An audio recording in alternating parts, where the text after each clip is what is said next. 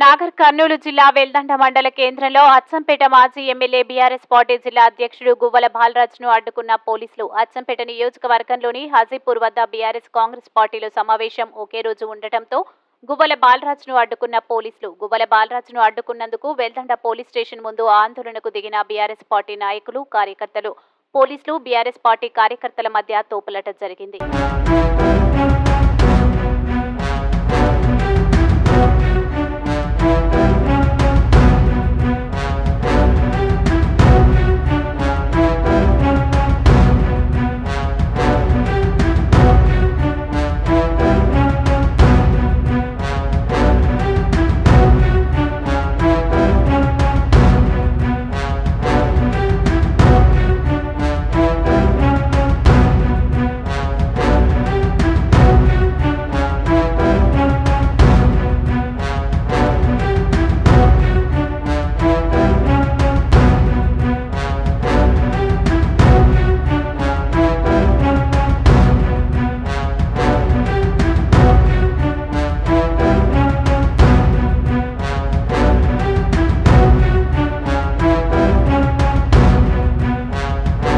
రేవంత్ రెడ్డి గారు అచ్చంపేట నియోజకవర్గ ఓటర్ స్థానికుడు.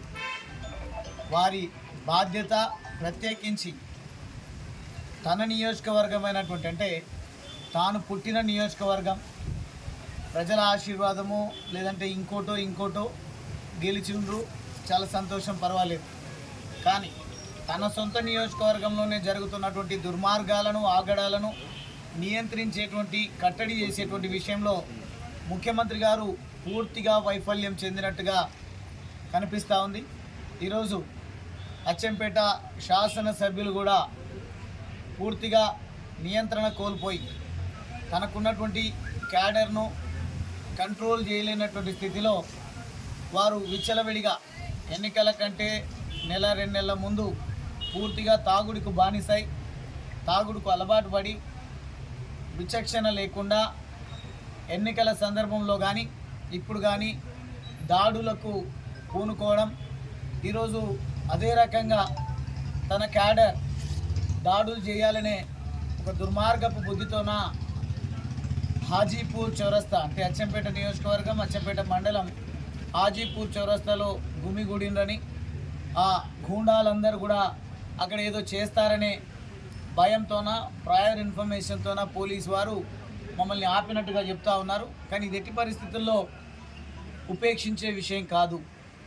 పూర్తిగా పోలీస్ తమ విధి నిర్వహణలో స్వేచ్ఛగా పనిచేయాల్సినటువంటి అవసరం ఉంది. దానికి తోడు కంట్రోల్ లేకుండా, నియంత్రణ లేకుండా ఎట్లా నాయకుడిగా చలామణి అవుతారో నాకైతే తెలియదు, కాంగ్రెస్ పార్టీకి సంబంధించినటువంటి నాయకులు, నాయకత్వం.